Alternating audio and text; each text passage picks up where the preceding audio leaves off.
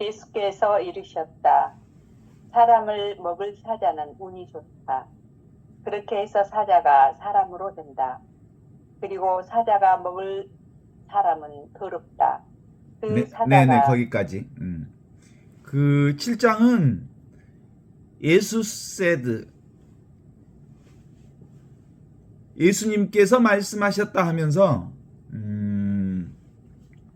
Lucky is the lion that the human will eat so that the lion becomes human. 이렇게 이제 시작을 해요. 뭐라고 얘기하냐면 행운이 있다. 사자 너는. 참 사람을 먹는 사자는 행운이 있다. 운이 있다. 사람이 사자가 되는도다. 이렇게 얘기를 하는 거거든요. 반대로 사자가 먹을 사람은 불행하다. 그리고 사자는 사람이 될 것이다. 이렇게 얘기하는 부분인데요. 그 어려운 얘기는 아니고 실제로 사자 같은 사람하고 인간 같은 사람을 얘기하는 거예요. 그러니까 참 사람, 깨달은 사람들은 바로 그 사자를 먹는 참 사람을 얘기하거든요. 여기서 이제 그 사자를 먹었다. 이 말은 무슨 뜻이겠어요? 실제로 사자를 먹었다는 말은 사자를 먹어버린 사람, 짐승과 같은 속성을 먹었다 이 말이군요. 양심이 깨어있는 사람, 참 사람은 눈에 왔다 갔다 하는 것, 드러났다 사라지는 것, 오고 가는 것, 그것에 끌리지 않고 그것을 먹었다, 지배한다 이런 뜻이거든요. 그러니까 깨어있는 양심의 사람들은 그 짐승과 같은 욕심 이런 것들을 제어하고 먹을 수 있다라는 거거든요. 근본적으로 지금 여기 이 순간 이걸 사는 사람들은 바로 뭘 먹어요? 여기서 오고 가는 것들이 일어나잖아요. 지금 이 자리, 텅 비어 있는 자리, 이 눈앞에 이 자리, 직접적으로 살아있는 이 자리를 사는 사람은 오고 가는 것에 끄달리지 않는다. 오고 가는 것, 왔다 가는 것, 일어났다 사라지는 것들을 자유자재로 먹을 수 있다 이런 뜻이거든요. 반대로 사자에게 먹힌 사람은 어떤 사람이겠어요? 실제로 눈에 보이는 것, 그런 것에 끄달리는 사람들, 왔다 갔다 하는 현상 세계에 끌려다니는 사람들이, 다른 말로 얘기하면 생각에 놀아나는 사람들이지. 있지도 않는 지금 없는 것, 여기 없는 것, 그런 생각에 늘 끄달리는 사람들을 말하는 거죠. 그래서 사자가 먹어버린 사람은 불행하다 이렇게 얘기하죠. 오고 가는 경계의 대상이 사람을 먹어버려서 그 사량, 생각하는 것, 분별하는 것에 의해서 생각하는 것에 의해서 이리저리 끌려다니는 사람을 말한다고 볼 수 있죠. 생각으로 사는 사람, 분별망상으로 사는 사람은 그래서 불행하다 이런 뜻입니다. 그러니까 눈에 보이는 대상 경계를 쫓아다니는 사람들은 늘 욕망을 쫓아다니고 욕심을 쫓아다니고 자기 바램을 쫓아다니고 자기 생각을 쫓아다니기 때문에 걷잡을 수 없는 것을 쫓아다니니까 인생이 늘 우왕좌왕 갈팡질팡 자충우돌하게 되어 있어요. 인생이라는 게 그렇게 생각대로 돼 있지 않거든. 그죠? 마음대로 안 돼. 갖고 싶은 것은 자기가 갖고 싶고 욕망하는 대로 세상 일이 그렇게 다 되면 좋겠지만 그 바라는 대로 욕망하는 대로 탐하는 대로 원하는 대로 기대하는 대로 세상 일이 그렇게 잘 안 돼. 오히려 반대로 기대하지 않는 것이 턱 눈앞에 오게 되고 바라지 않는 불행이 갑자기 내 인생에 들어닥치게 되고 온치 않는 절망들을 경험하게 되기 때문에 그것들이 얼마나 불행한지 몰라요. 내가 원하지 않는 것들이 온단 말이에요. 내가 원하는 것은 원하는 대로 되지 않고. 그래서 오고 가는 것에 잡혀먹은 사람, 눈앞에 왔다 갔다 하는 것에 끄달리는 사람들은 그렇게 불행한 역사를 사는 거다, 이런 거예요. 응? 사자에게 잡혀먹은 거요. 그런데 사자를 잡아먹는 사람, 사자를 먹는 사람은 얻는 거예요. 지금 눈앞에 있는 이것으로 사는 거예요. 직접적인 이것, 순수한 이것, 보는 이것으로 사는 사람, 듣는 이것으로 사는 사람. 보는 놈, 듣는 놈은 변하지 않잖아. 항상 있잖아. 늘 있잖아. 언제나 있잖아. 그래서 근본적으로 이 본래 면목 자리가 분명한 사람은 눈에 왔다 갔다 하는 대상 경계에 끄달리지 않고 오히려 그것을 지배할 수 있게 되는 거거든요. 오는 놈은 오게 하고 가는 놈은 가게 할 줄 아는 사람. 그게 바로 뭐예요? 참 인간이야. 제대로 된 인간이야. 본래 면목을 사는 사람이라고 말할 수 있죠. 그래서 보는 이 의식이 곧 존재를 살게 되고 바로 눈앞에 있는 이 존재를 사는 사람은 바로 하느님 나라의 지극한 복락을 지금 여기서 사는 사람이라는 거거든요. 그러니까 보는 사람은 보이는 대상을 먹어버려. 보이는 대상에 끌려다니지 않아. 그래서 오는 놈은 오게 하고 가는 놈은 가게 할 수 있지. 그리고 나는 어때? 그저 오는 것을 오게 할 뿐, 가는 것을 가게 할 뿐, 보는 것을 볼 뿐, 느낀 것을 느낄 뿐, 경험하는 것을 경험할 뿐, 지금 여기 있는 그대로 천국을 경험하는 사람이 바로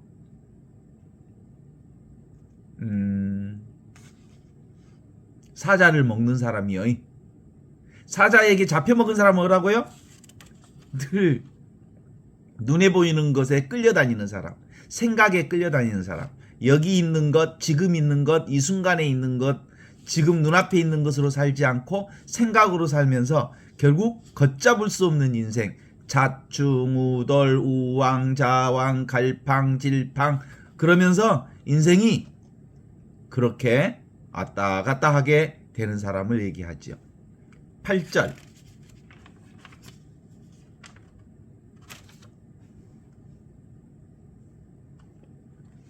그리고 그분이 이르셨다.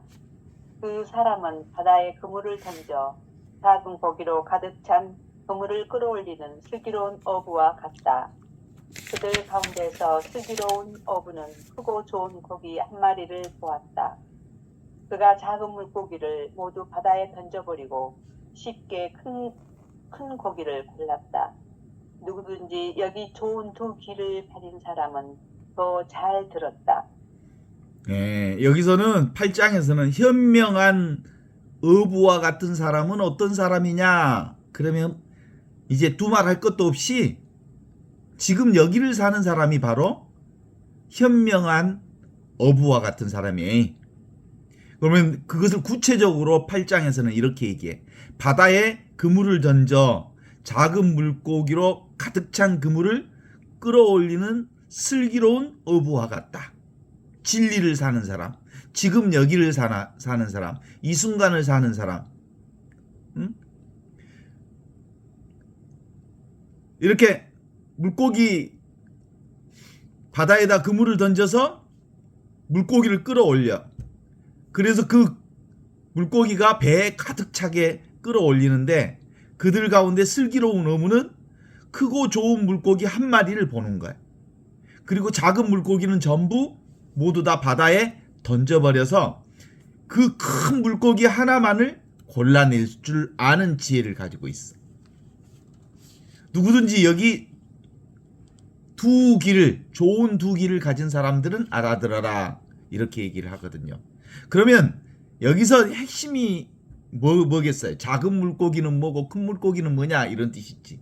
큰 물고기만 내가 골라낸다는 얘기는 작은 물고기는 생각으로 사는 사람인데 생각으로 사는 사람들은 주로 무엇에 관심이 많아? 세상 일에 관심이 너무 많아. 그래서 권력과 명예와 부와 그리고 자기의 욕심과 욕망으로 끊임없이 끄달리는 사람들이지. 이게 그러니까 작은 일에 세상 일에 아주 많은 관심을 가지고 있는 사람들이 바로 그 작은 물고기라고 말할 수 있어요. 작은 물고기가 뭐라고요?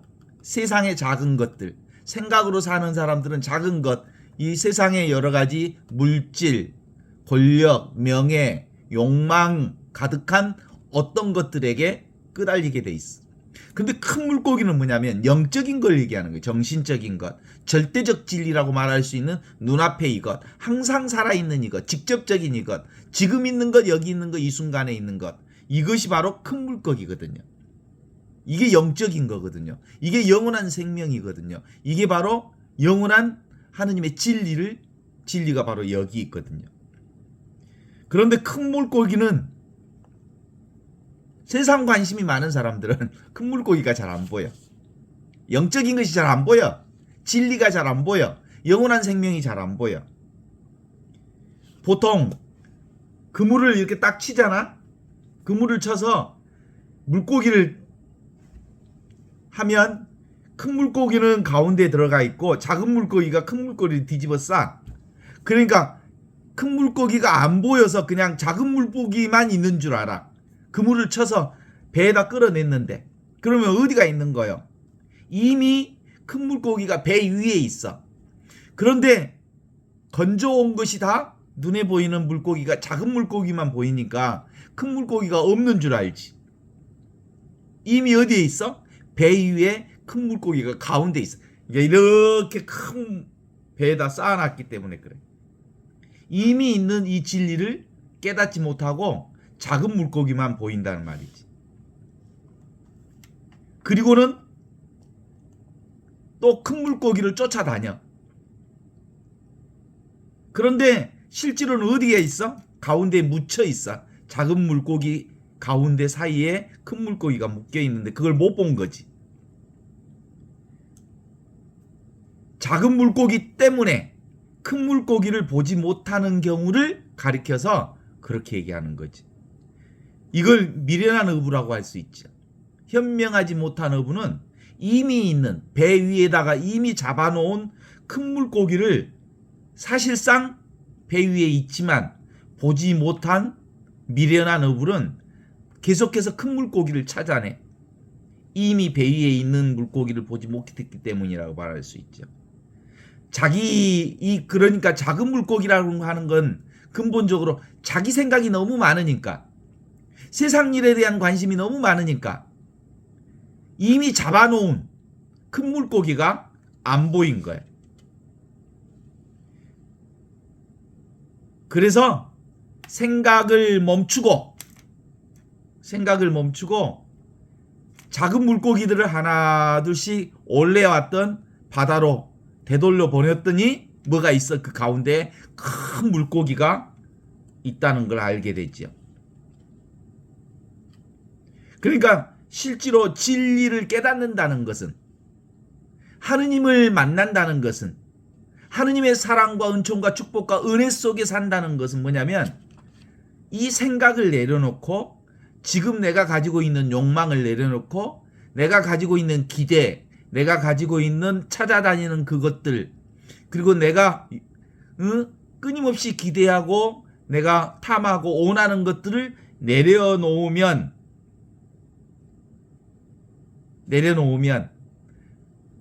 아주 자연스럽게 큰 물고기가 그 배 안에 있다는, 자기 발밑에 있다는 것을, 자기 안에 있다는 것을 발견하게 된다는 거예요. 그래서 진리라고 하는 것은, 하느님이라고 하는 것은, 이 하느님의 사랑과 은총이라고 하는 것은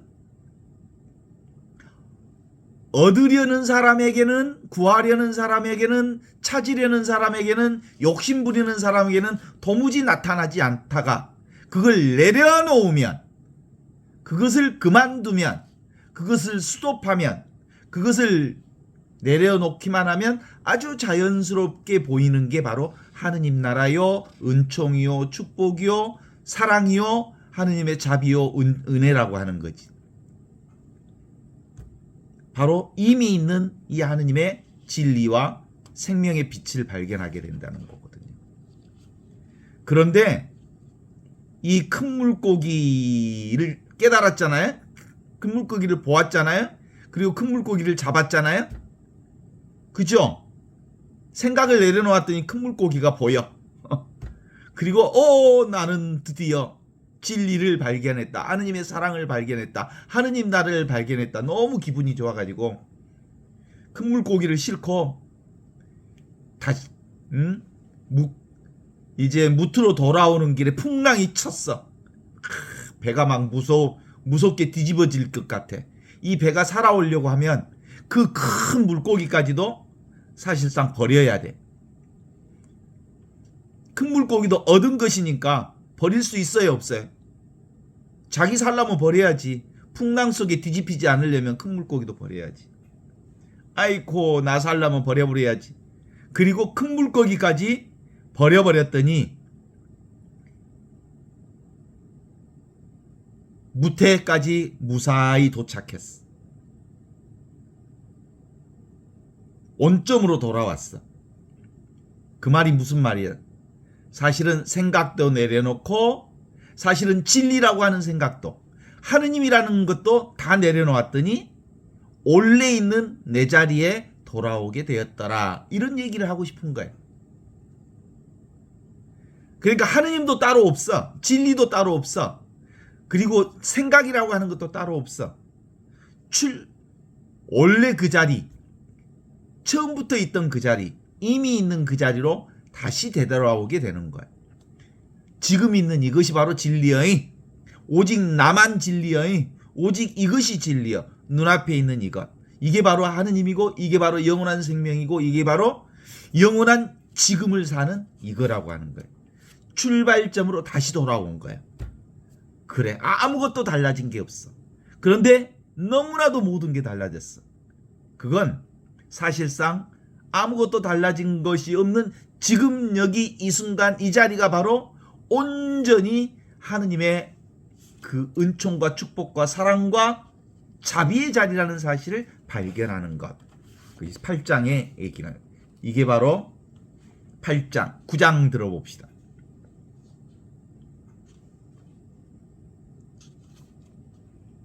예수께서 이르셨다. 보아라, 씨 뿌리는 사람이 밖으로 나가 씨를 한 줌 잡고 뿌렸다. 어떤 씨는 길바닥에 떨어져 새들이 와서 그것들을 긁어 모았다. 다른 씨들은 바위 위에 떨어져 풀게 뿌리를 내리지 못하고 나달을 머리들을 생산하지 못했다. 다른 씨들은 가시나무에 떨어져 가시나무들이 씨들을 질식시키고 벌레들이 그것들을 먹었다. 그리고 다른 씨들은 좋은 흙에 떨어졌고 그것이 좋은 작물을 생산하여 60배와 120배의 소출을 낳았다.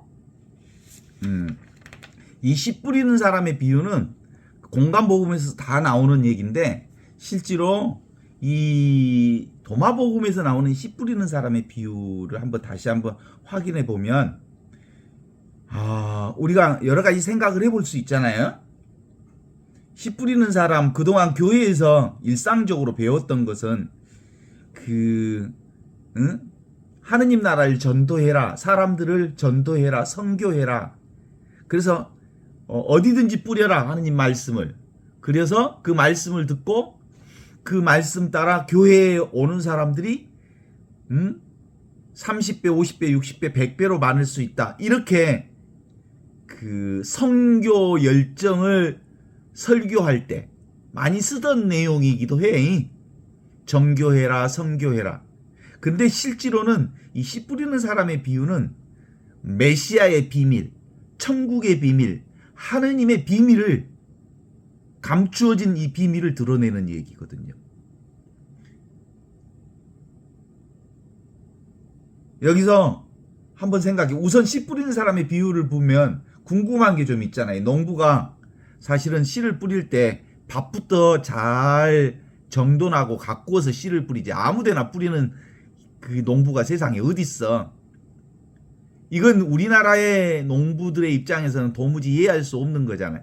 그런데 실제로 그 팔레스틴이라고 하는 예수님이 사시던 그 동네 사람들은 산악지대. 그리고 바위와 이런 것들이 아주 많았던 동네들이지.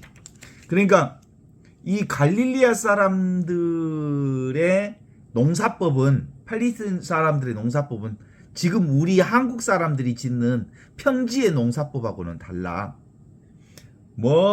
그러니까 돌이 있는 것, 길바닥이 있는 것, 이런 데를 먼저 씨를 뿌려놓고 그것을 대충 이렇게 긁어내면 거기에 돌밭에도 나고 길밭에도 나고 엉겅퀴에서도 나고 그리고 가시밭길 뭐 이런 돌밭에서도 나고 그러는 상황인가 봐요. 그래서 이 농사법에 대해서 좀 알아야 되지 않겠어요? 이제 이런 점에서 보면 우리가 농부라고 하면 여기 나타나는 농부, 씨, 밭 이렇게 나오잖아요. 그래서 농부는 하느님 아버지를 농부라 하고 또 아버지의 말씀이 씨라고 하고 그리고 그 말씀이 떨어진 밭이 바로 우리 인간이라고 이렇게 보면서 거기에 밭도 인간의 밭도 A, B, C, D 등급이 있는 것처럼 1등급, 2등급, 3등급, 4등급이 있는 것으로 이렇게 볼 수 있을 것처럼 얘기돼. 그래서 좋은 밭에서는 60배, 120배 그 많은 소출을 낸다. 이렇게 되어 있어요. 그래서 그 밭이 좋은 밭, 믿음이 있는 밭, 믿음 플러스 믿음이 아주 좋은 사람은 그 정말 사람들에게 하느님의 복음의 말씀을 잘 전해서 60배, 110배, 120배의 소출을 거둘 수 있는 이 풍성한 열매를 맺는 것처럼 얘기하지. 그래서 교회에서는 하느님 말씀을 이렇게 전도해서 60배, 100배의 열매를 맺도록 합시다. 열심히 선교합시다. 열심히 정교합시다. 이렇게 얘기를 하지만 정말 이 말씀이 선교하고 정교하라는 말씀입니까? 그래서 이 안 받아들이는 사람도 있고 그리고 이 선교를 하느님의 말씀을 받아들이는 사람도 있고 그래서 말씀을 받아들이는 사람과 안 받은 사람들을 이렇게 나누어서 얘기하는 것일까? 이렇게 한번 의문을 제기해 볼 필요가 있어. 그런데 그것 같지 않아. 이게 긍정적으로는 이 복음 씨 뿌리는 사람의 비유가 긍정적인 것도 없지 않아 있기는 있지만 사실 부정적인 게 꽤 많아. 이게 잘못 해석하면 얼마나 억측스럽게 해석하는지 몰라.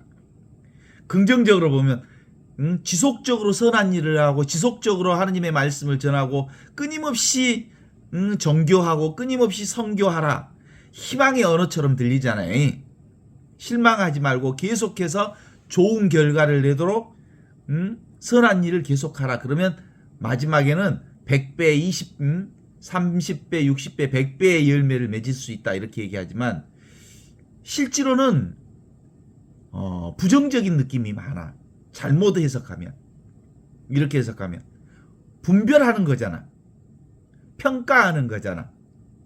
밭을 평가하고 믿는 사람과 믿지 않는 사람을 분별하고 종류별로 등급별로 분별하는 상황들이 만들어지잖아요. 자기 자신을 밭이라고 보면 이 밭은 수동성을 얘기하고 씨는 말씀을 얘기하고 씨 뿌리는 사람은 하느님이라고 얘기한다면 실제로 자기 자신이 좋은 밭이 있고 나쁜 밭이 있고 그럴까? 그런 거 없어. 사실은 기본적으로 이걸 잘못 알면 신부나 목사들은 씨 뿌리는 사람처럼 얘기하는 그런 사목자들도 있어. 자기들이 씨 뿌리는 자처럼. 그래서 신자들은 신자들이 바로 씨고 신자들이 밭인데 좋은 씨가 있고 좋은 밭이 있어서 좋은 씨는 그 발화를 잘하고 좋은 밭이 있으면 100배, 200배의 열매를 맺는다. 이렇게 하면 뭐겠어? 사실은 목자나 신부나 수녀나 또는 목사들이 신자들을 정신적으로 영적으로 지배하는 역할을 해. 그런 거 없어. 신자들을 지배하려고 하는 지배사고가 그 안에 있어. 인간에 지배하려는 의도가 있어. 여기에 핵심적으로 우리가 함께 볼 수 있으려면 밭과 씨가 없으면 농부의 역할은 소용없어. 그래 안 그래? 그냥 농부일 뿐이야. 밭이 없는데 무슨 농부가 필요 있어? 씨가 없는데 무슨 농부가 필요 있어? 또한 밭과 농부가 없으면 씨가 필요 없어. 그죠? 더 나아가서 씨와 농부가 없으면 밭 역시도 필요 없어. 그렇잖아요? 어떤 밭이든 늘 밭은 씨와 농부와 함께, 씨는 밭과 농부와 함께, 농부는 씨와 밭과 함께 늘 어우러져서 소득을 맺히는 거거든요. 그래서 어떤 것은 좋은 밭에 떨어지고 어떤 것은 가시밭에 떨어지고 어떤 것은 돌밭에 떨어지고 어떤 것은 길바닥에 떨어진다는 것은 사실상 상황 따라, 조건 따라, 흐름 따라, 물결 따라, 그리고 자연적인 어떤 흐름에 따라서 좋은 결과도 나타나고 나쁜 결과도 나타나고 아무것도 나타나지도 않을 수도 있고 그러는 거예요. 그 모든 것이 다 자연현상이야. 그래 안 그래?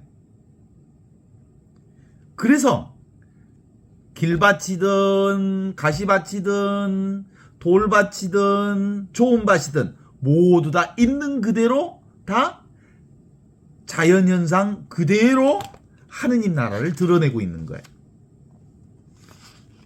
그런 점에서 따로 여기 삶이라고 하는 것은 우리의 삶이라고 하는 건 뭐예요? 삶의 상황을 경험하잖아요. 어떤 때는 정말 돌밭과 같은 인생을 경험하기도 하고 길밭과 같은 인생을 경험하기도 하고 가시밭 같은 인생을 경험하기도 하고 어떤 때는 진짜 막 소득이 엄청나게 나타나는 인생 60배 100배의 인생의 소득을 맛보는 때가 있어서 여러분 인생 살면서 그런 경우들 다 경험했죠? 아무리 노력해도 아무것도 손에 잡히지 않은 절망과 같은 것도 경험했고 그리고 돌밭과 가시밭과 같은 온갖 상황을 다 경험했잖아요. 어때요? 있는 그대로 그런 모든 경우의 수가 다 있는 그대로 지금 이대로 다 하느님 나라예요. 왜냐하면 내가 있으니까 그걸 경험하잖아. 내가 있으니까 길밭도 경험하고 돌밭도 경험하고 가시밭도 경험하고 좋은 밭도 경험한 거예요. 삶은 구체적으로 이런 삶의 상황을 통해서 이 삶을 경험하는 거예요. 오직 이 삶을 경험하는 거예요. 이게 바로 하느님 나라예요. 사실은 있는 그대로. 그래서 우리는 이걸 부를 때 있는 그대로 지금 이대로 있는 그대로 하느님 있는 그대로 지금 이대로 있는 그대로 하느님 하느님 나의 주님 있는 그대로 하느님 그거요. 이 씨 뿌리는 사람의 비유를 이렇게 보지 않으면 사실상 얼마나 많이 오해하는 것인지 알 수가 없어. 우리는 그동안 꽤 많이 이 씨 뿌리는 사람의 비유를 들어왔지만 너무너무 많은 오해를 했어. 실제로 인연 따라 조건 따라 상황 따라 하느님의 뜻에 따라 이걸 다른 말로 얘기하면 뭐예요? 시절 인연 따라 우리는 수많은 것들을 경험하지만 그 모든 경험하는 것들은 다 무엇을 드러내고 있어? 하느님 나라를 있는 그대로 드러내고 있어. 하느님 나라는 어떤 때는 가시밭과 같기도 하고 어떤 때는 우리 인간적으로 느낄 때 절망적이기도 하고 그리고 길밭과 같이 밋밋하기도 하고 아무것도 나지 않는 것 같기도 하고 숨이 막힐 지경과 같은 인생을 경험하기도 하고 어떤 때는 정말로 너무 내 노력과는 상관없이 얼마나 많은 축복과 은혜가 막 쏟아지듯이 인생의 풍성함을 경험했는지 몰라. 그래요. 따라서 우리는 여기서 선악의 이혼론이나 천당과 지옥의 대립이 전혀 없다는 것을 경험할 수 있어. 결국 씨 뿌림에 풍요로운 결실이 반드시 기다리고 있다고 하는 자연적 낙관주의가 숨어 있다고 보지만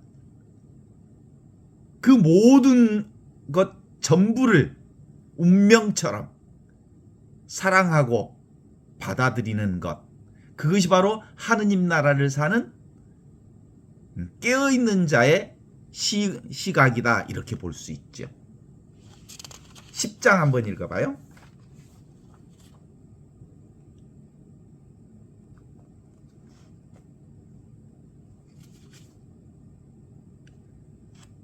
예수께서 이르셨다. 내가 세상에 불을 던졌다. 보아라. 그것이 타오를 때까지 내가 그것을 지키고 있다. Jesus said. 예수님께서 말씀하셨다. I have cast the pride in the world. See, I am guarding it until it.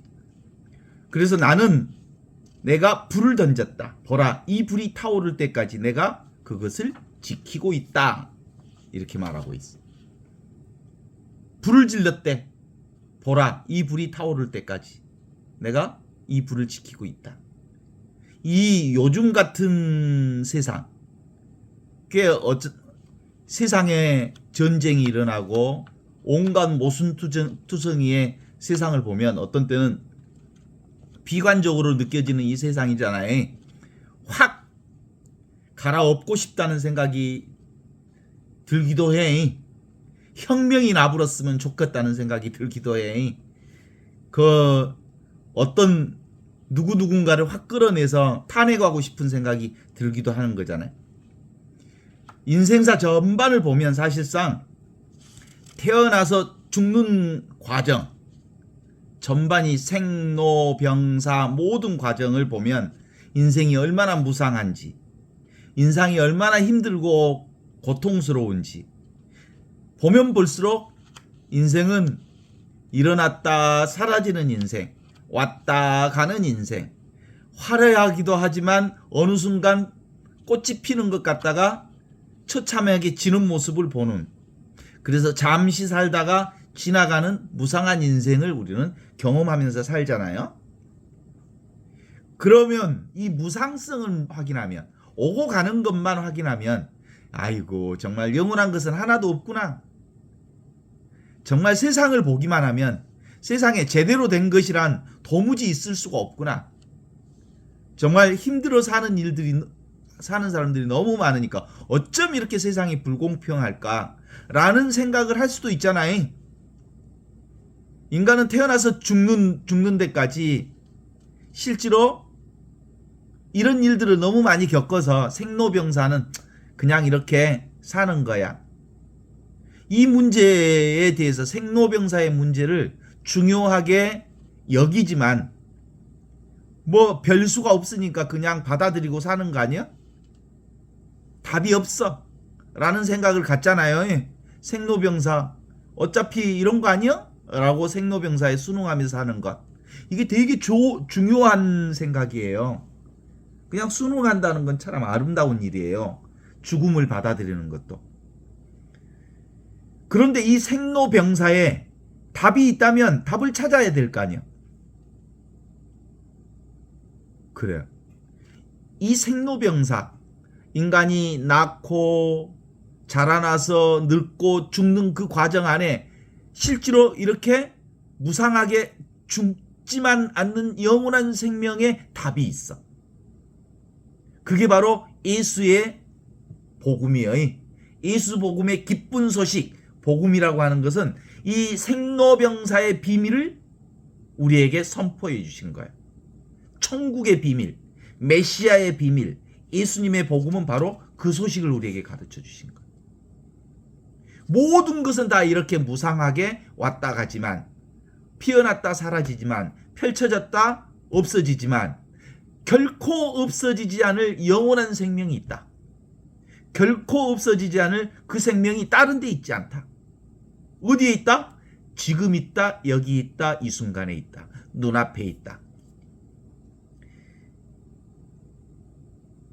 이것을 전해주러 예수님이 오셔서 주님의 성령이 나에게 내리셨다. 나에게 주님께서 성령을 부어주셔서 가난한 사람들에게 이 기쁜 소식을 전하게 하셨다. 그동안 사람들은 이걸 보지 못했다. 이 큰 물고기, 늘 있는 이것, 항상 있는 이것, 이걸 보지 못했다. 그래서 보지 못하는 사람들을 보게 해주러 내가 이 세상에 왔다. 늘 사용하는 것, 늘 있는 것, 지금 있는 것, 이 순간에 있는 것, 이 놀라운 것들을 사람들은 아직도 보지 못한다. 주님의 성령이 내 눈을 열어주신 것처럼 너희의 눈을 열어주실 거다. 믿어라. 믿는 자는 영원한 생명을 얻을 거다. 믿게 되면 늘 있는 것, 지금 있는 것, 여기 있는 것, 이 순간에 있는 것, 눈앞에 있는 것, 이걸 믿으면 너희는 영원한 지금을, 영원한 생명을 살 수 있다. 이 눈이 떠지면 사실상 우리는 생각으로 살았지, 이걸로 사지 않았다는 것을 알게 되는 거다. 보니까 어때? 묶여 있지 않아. 보니까 이제 감옥살이 하고 있지 않아. 보니까 어때? 사실 내 생각이 나를 억압했고, 내 생각이 나를 묶었고, 내 생각이 나를 감옥살이 시키고 귀신굴에 빠지도록 해서 그 어두컴컴한 삶을 내가 산 거지. 그 누구도 나를 묶은 적이 없어. 환하게 열린 자리가 있어. 어디요? 지금 여기 바로 이 순간이야. 이 세상의 영원한 기쁜 소식을 예수님을 통해서 우리에게 가르쳐 주셨어. 우리는 그것도 알지 못한 채 늘 세상살이에 있던 그대로, 관성대로, 굳어진 그대로, 제도화되어 있는 그 세상 그대로, 도구마대로 그동안 살아온 거예요. 과학이, 철학이, 제도화된 종교가 얘기하듯이 그냥 가르쳐준 그대로 살아왔어. 내가 깨닫지 못했어. 지금 우리가 그동안 배워왔던 것, 그동안 우리가 생각했던 것, 머릿속에 굳어있는 것, 돌처럼 단단하게 묻혀있는 이 고정관념들을 내려놓을 때 비로소 하느님 나라가 눈에 들어오기 시작하는 거예요. 그래서 예수님은 나는 불을 지르러 왔다, 그 말을 한 거예요. 나는 세상에 불을 던졌노라. 보라, 이것이 타오를 때까지 내가 지키고 있겠다 라고 말한 거예요. 너희들의 생각은 틀려먹었다. 너희들의 생각은 사실이 아니다. 그동안 배워왔던 것은 사실이 아니다. 생로병사라고 하는 것이 따로 있지 않다. 지금 여기 이 순간 살아있는 하느님, 하늘로부터 내려온 생명의 빵을 먹는 자는 결코 죽지 않고 영원한 생명을 얻는다 라고 하는 것이 예수님이 말씀하신, 내가 세상에 불을 던졌노라. 보라, 이것이 이미 타올 때까지 내가 지키고 있겠다라고 하는 거예요. 어때요? 이 성령의 불을 얘기하는 거야. 주님의 성령이 나에게 내리셨다. 나에게, 가난한 사람들에게 이 기쁜 소식, 아직도 자기 생각에 빠져 있고 세상에 잘못된 가르침에 빠져 있는 사람들에게 내가 성령의 불을 주러 왔다. 이렇게 얘기하는 거예요. 그래서 이 성령을 받은 사람들은 그동안 보지 못한 것을 보게 한다.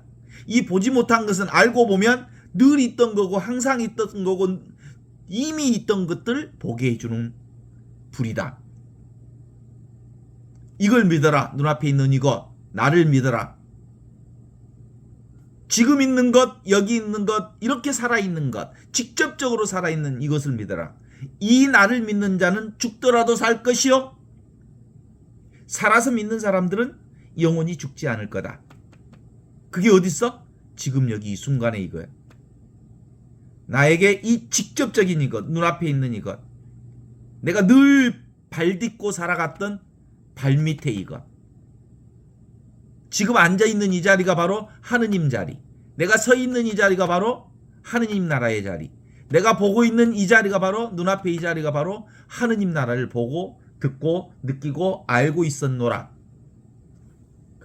그런데도 우리는 고정관념이 있어. 고정관념, 제도화된 생각, 오랫동안 굳어져 있는 그 생각을 깨버리려면, 그 생각으로부터 깨어나려면 이 성령의 불을 받아야 돼.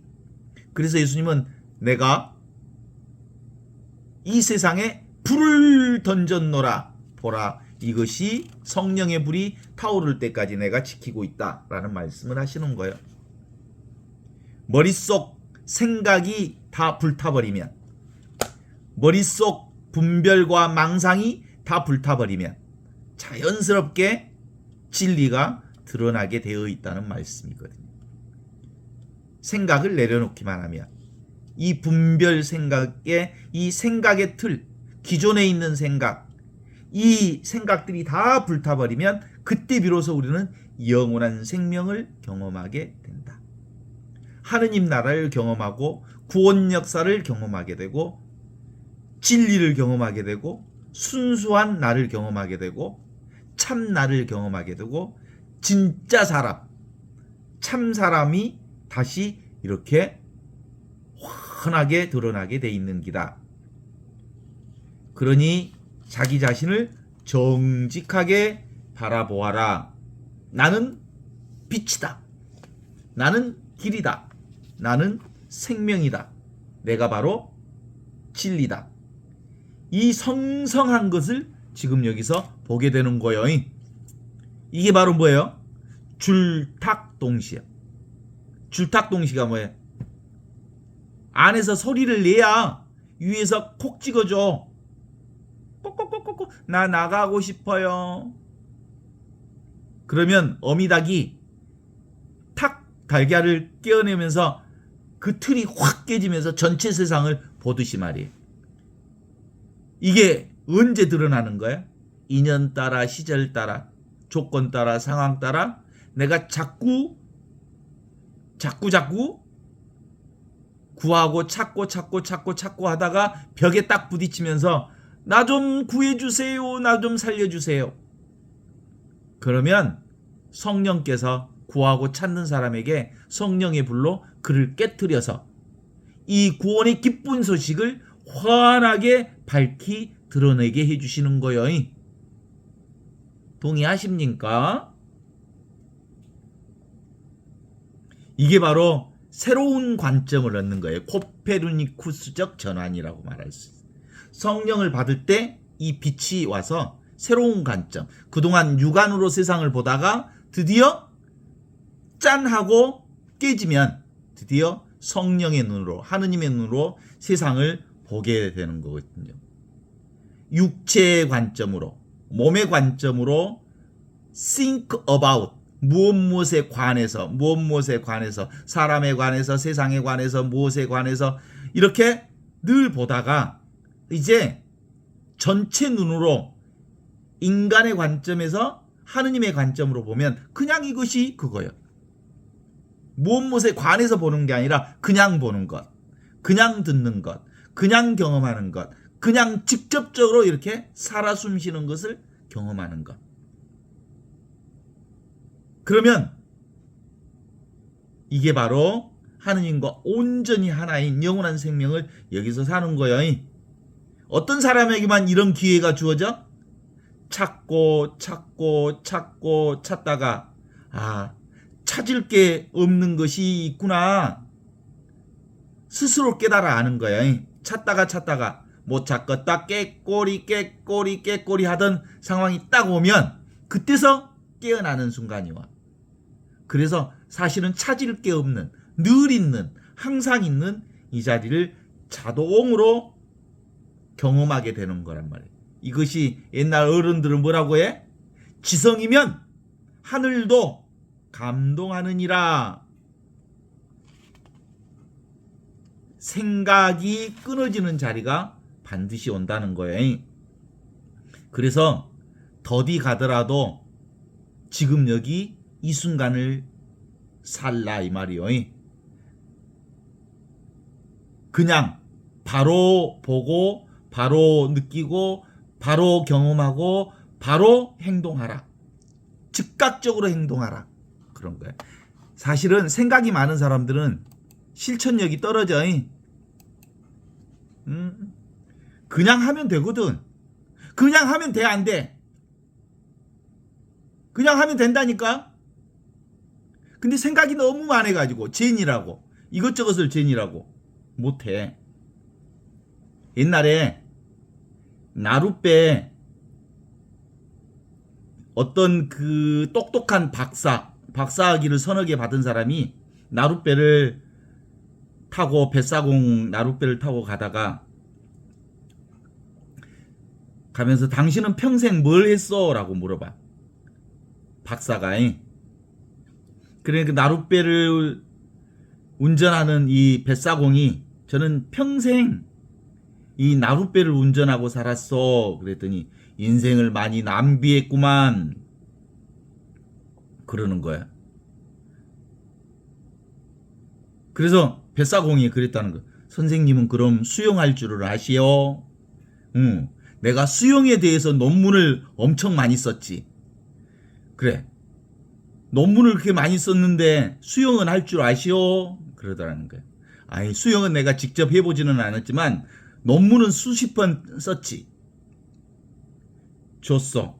그러면 사실상 지금 이 나룻배에 구멍이 나 있어. 당신 수영 지금 할 수 있으면 수영해서 가보시오. 당신 생명이니까 당신 알아서 하시오. 그래서 나룻배 뱃사공은 살았지만 그렇게 잘난 박사학위 가진 그 사람은 수영을 못해서 그 자리에서 죽었다는 거 아니야? 근본적으로 우리의 삶은 생각의 문제가 아니라 삶의 문제라는 거예요. 지금 여기 눈앞에 있는 이것, 살아있는 이것, 이게 바로 영원한 생명이라는 거예요. 아셔? 이게 바로 천국이라는 거예요. 지금 경험하는 것, 지금 느끼는 것, 지금 아는 것, 지금 경험하는 것. 이게 바로 항상 있는 이것. 이것이 바로 영원한 생명이라는 것을 우리에게 드러내 보여주고 있는 거죠. 11장 한번 읽어봐요.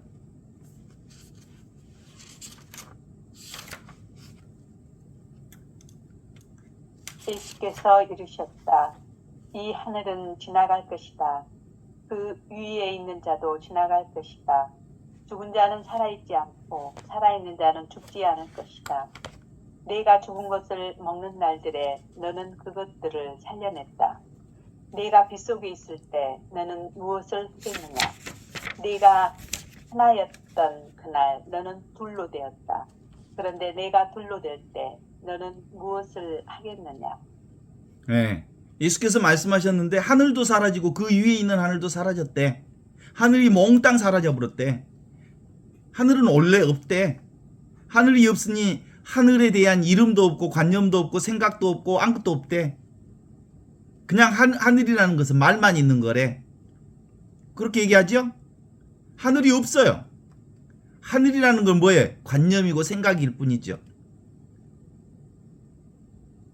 하늘이 따로 없다는 것을 깨달아 보면, 눈이 떠지면 하늘도 없고 나도 없다는 걸 알아. 나도 없고 하늘도 없고 아무것도 없다는 걸 알면 눈앞에 있는 이것만 있다는 걸 알아. 지금 있고 여기 있고 생생하게 살아있는 이것만 있다는 걸 아는 거지. 그러니까 지금 눈앞에 있는 이 자리가 뭐예요? 말이 끊어진 자리예요. 이 하느님의 진리 자리는 따로 있는 그 무엇이 아무것도 없는 이 자리를 얘기하는 거예요.